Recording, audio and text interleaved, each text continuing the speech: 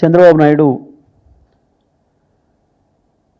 గోదావరిని కూడా దోసుకుపోవడానికి తెలంగాణను శాశ్వతంగా ఎడరిగా మార్చే ప్రయత్నం ఏదైతే జరుగుతుందో దీనిపైన తెలంగాణ రాష్ట్ర ప్రభుత్వం సరైన రీతిలో స్పందించడం లేదు. ఎంత పెద్ద ఎత్తున అయితే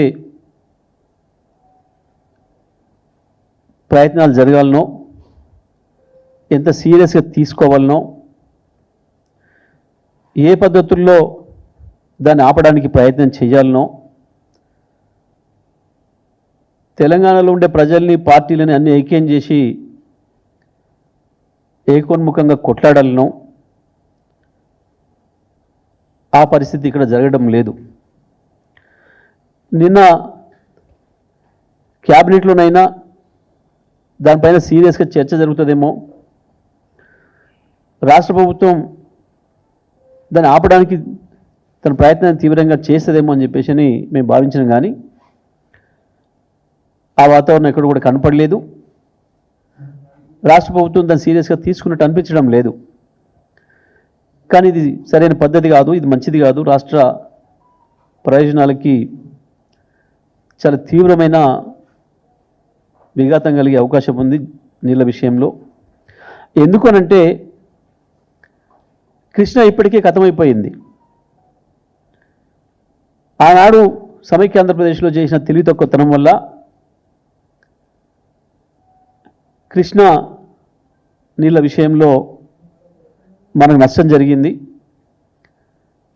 ఆనాడు సమైక్య ఆంధ్రప్రదేశ్కే కొంత నష్టం జరిగితే దాంట్లో తెలంగాణకి ఇంకా తీవ్రమైన అన్యాయం జరిగింది. ఆంధ్రప్రదేశ్కి వచ్చిన నీళ్లను మొత్తం మాకే వచ్చినాయన్న పద్ధతుల్లో ఆంధ్ర ప్రాంత నాయకులు వాడుతుంటే కనీసం తెలంగాణలో ఉన్న వాళ్ళు ఎవరు కూడా సోయలేదు, మాట్లాడలేదు. ఆనాడున్న నాయకులు ఎవరు కూడా మాట్లాడలేదు. దాంతోనే తెలంగాణకు తీవ్రంగా నష్టం జరిగింది. ఎంత అంటే పూడ్చుకోలేనిది నష్టం జరిగింది. కానీ ఇవాళ గోదావరి విషయంలో కూడా మనం గోదావరితోనే సరి చేసుకుందాం, కృష్ణా పరివాహక ప్రాంతాన్ని కూడా దాన్ని వాడుకోవడానికి కావాల్సిన ఏర్పాట్లు చేసుకుందామని చెప్పి కేసీఆర్ గారు అనేక ప్రణాళికలు చేసిండ్రు. సాగర్ ఎడమకాలువకు సంబంధించి కూడా గోదావరి నీళ్ళని ఎట్లా తీసుకొచ్చి వాడొచ్చు అనే దానికి ప్రణాళికలు సిద్ధం చేసిండ్రు. గోదావరిని ఎంత వీలైతే ఎంత తొందరగా ఎట్లా పూర్తి ఉపయోగంలోకి తెచ్చుకోవాలనే దానికి అనుమతులు తీసుకొచ్చిండ్రు, అనేకమైన ప్రణాళికలు చేసి అన్ని చేసిండ్రు. కానీ దురదృష్టవశాత్తు ఇవాళ రాష్ట్ర ప్రభుత్వానికి ఏమాత్రం పేను గుట్టినట్టు కూడా లేదు. ఎందుకో ఏదో మాట్లాడదాం, రాజకీయంగా ఇతరుల మీద నెపాన్ని నెడదాం అని ఒక ప్రయత్నం చేస్తున్నట్టు కనబడతా ఉంది. కానీ నేను రాజకీయ పార్టీలకు సంబంధించిన అన్ని తెలంగాణ రాజకీయ పార్టీల నాయకులు, కార్యకర్తలు, ప్రజలందరూ కూడా విజ్ఞప్తి చేస్తూ ఉన్నా, తెలంగాణ మేధావులు, ఉద్యమకారులు, తెలంగాణ మేలుగోరే ప్రతి ఒక్కరు కూడా మా విజ్ఞప్తి, ఇది రాజకీయాలతో కొట్టాడుకునే సందర్భం కాదు. అందరం కలిసి కట్టుగా ఒకే మాట మీద కొట్టాడాల్సిన సందర్భం ఇది. ఇది అంత గంభీరమైన సమస్య. దయచేసి ఎవరు కూడా దీంట్లో రాజకీయాలు వెతుక్కొని ఎవరి మీద ఎవరు నెపం వేసుకుందామా అన్న ప్రయత్నం చేయడం కాదు. అందరం కలిసి గోదావరిని కాపాడుకోవడం కొరకు ఏ ప్రయత్నాలు చేయాలో అవి చేయాల్సిన అవసరం ఉంది. ప్రత్యేకించి రాష్ట్ర ప్రభుత్వంగా చంద్రబాబును చర్చలకు పిలుద్దామనే మాట ఏదైతుందో దానికి మించిన దరిద్రపు కొట్ట ఆలోచన ఇంకొకటి ఉండదు.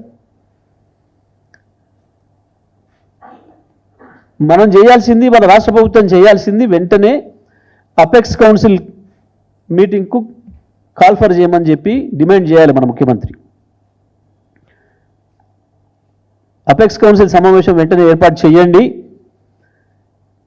దాంట్లో మా రాష్ట్ర ప్రభుత్వం యొక్క అభిప్రాయం మేము చెప్పే అవకాశం ఇవ్వండి అని చెప్పి డిమాండ్ చేయాలి వాళ్ళ మన ముఖ్యమంత్రి, కేంద్ర జలశాఖ మంత్రికి చైర్మన్ కాబట్టి ఆయన వెంటనే దాన్ని డిమాండ్ చేయాలి. అసలైన స్టెప్ అది. మొట్టమొదటిగా అపెక్స్ కౌన్సిల్ అనుమతి అవసరం కాబట్టి అక్కడ నీ నిరసన తెలియజేయాలని రాష్ట్ర ప్రభుత్వం ఏమనుకుంటుంది, రాష్ట్ర ప్రజల ఆలోచన లేనిది అనేది చెప్పాల్సిన వేదిక అది, అధికారిక వేదిక అది, మనకు రాజ్యాంగం ద్వారా వచ్చిన హక్కు అది. మీరు దాన్ని వినియోగించకుండా చంద్రబాబుతో చర్చలు చేస్తాం, ఇంకోటితో చర్చలు చేసడం అనేది అది ప్రజలకు ద్రోహం చేయడం అవుతుంది, తెలంగాణ ప్రయోజనాలకి నష్టం కలిగించడం అవుతుంది తప్ప ఇంకోటి కాదు. మేము స్పష్టంగా మేము విజ్ఞప్తి చేస్తా ఉన్నాం. వెంటనే ఫస్ట్ చేయాల్సిన పని అపెక్స్ కౌన్సిల్ సమావేశానికి డిమాండ్ చేయాలి, అక్కడ మన అభ్యంతరాన్ని తెలియజేయాలి. ఎట్టి పరిస్థితుల్లో తెలంగాణ ఒప్పుకోవడం లేదనే విషయాన్ని స్పష్టంగా చెప్పాల్సిన అవసరం ఉంది. దానికి కావాల్సిన పద్ధతుల్లో మిగతా రాజకీయ పార్టీలన్నీ మద్దతు తీసుకోండి. ఇవాళ మొత్తం 16 మంది ఎంపీలు పోయి చెప్పండి, అవసరం ఉంటే రాజ్యసభ ఎంపీలు, పార్లమెంటు, లోక్సభ ఎంపీలు అందరూ కూడా కలిసిపోయి.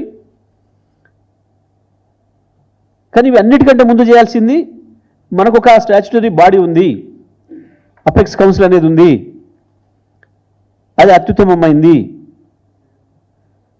అక్కడ మనం నిరసన చెప్పాల్సిన అవసరం ఉంది, మన అభిప్రాయం చెప్పాల్సిన అవసరం ఉంది. కానీ అది కాకుండా ఈడ ఒకరికొకరు నేపాలు వేసుకునే ప్రయత్నం. ఇందులోనే ఇంకొక విషయం కూడా గమనించాలి. ఒక వర్గం మీడియా చాలా పథకం ప్రకారం ఇది తెలంగాణ రాజకీయ పార్టీల మధ్యన పంచాయతీలాగా సృష్టించే ప్రయత్నం చేస్తూ ఉంది.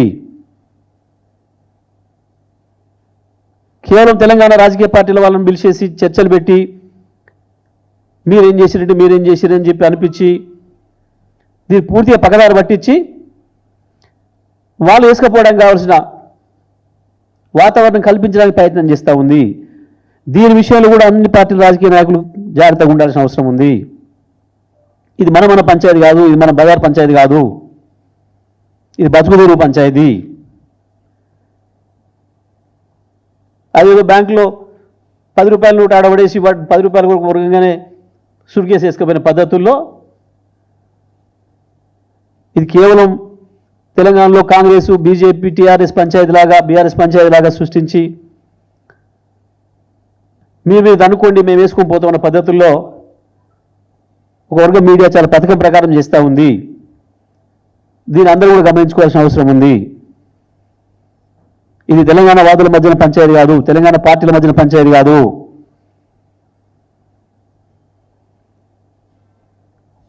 రాష్ట్ర ప్రభుత్వం యొక్క చర్య ఏ ఒక్కటి కూడా సరైన పదంలో, సరైన మార్గంలో కనిపించడం లేదు. వాస్తవానికి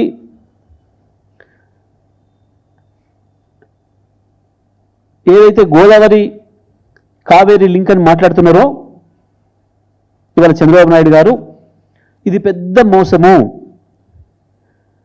వాస్తవానికి ఎన్డబ్ల్యూడిఏ గతంలోనే ఏదైతే ఛత్తీస్గఢ్ ఒక 150 టీఎంసీల నీళ్లు వాడుకోవడం లేదో గోదావరిలో, ఈ నీళ్లను కావేరీకి తీసుకుపోతాం అని చెప్పి ప్రతిపాదన పెట్టిందో, ఆ తర్వాత ఛత్తీస్గఢ్ ప్రభుత్వం కూడా మేల్కొని వెంటనే మా 150 టీఎంసీలు మేము వాడుకుంటున్నాం, ఇగో మేము ఇవి ప్రాజెక్టులు కడుతున్నామని చెప్పి ప్రతిపాదనలు పెట్టి,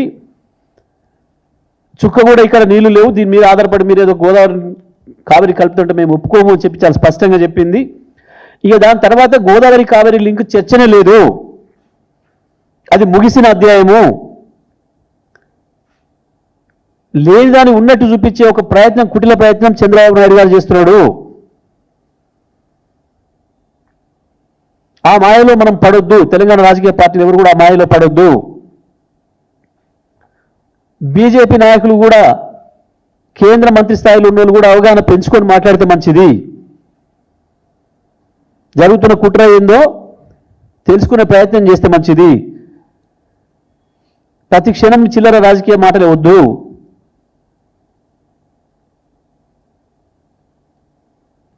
చాలా స్పష్టంగా కేంద్ర ప్రభుత్వం వాళ్ళే ఉన్నప్పటికీ, బీజేపీ పార్టీనే ఉన్నప్పటికీ ఛత్తీస్గఢ్లో కూడా వాళ్ళు క్షణం కూడా లేట్ చేయకుండా ఇదేదో మనకు ప్రమాదం జరుగుతుంది గోదావరి కావేరీ లింక్తో అని చెప్పి వెంటనే మేల్కొని, ఒక్క సుక్క కూడా నీళ్ళు లేవు మా దగ్గర, 150 టీఎంసీలు మేము వాడేసుకుంటున్నాం, ఇగో ఈ ప్రాజెక్టులు మేము కట్టుకుంటున్నాం అని చెప్పి ప్రతిపాదనలు పంపినరు. తప్పుడు మాటలు మాట్లాడుతున్నారు, డోకా మాటలు మాట్లాడుతున్నారు. ఒక వర్గం మీడియాని స్పష్టంగా చెప్తా ఉన్నా, మిగులు జలాలు తీసుకుపోతే మీకు తప్పేంది, మిగులు జలాలు తీసుకుపోవడం కాదు ఇది. ఒక పథకం ప్రకారమే తొందరలోనే గోదావరి ట్రిబ్యునల్ వచ్చే అవకాశం ఉంది. గోదావరి ట్రిబ్యునల్ కనుక ఒకసారి వస్తే ఇక నాకు వీలు కాదు అని చెప్పి తెలిసిన చంద్రబాబు ట్రిబ్యునల్ కాన్స్టిట్యూట్ కాకముందే నేను హక్కు పుట్టించుకోవాలి,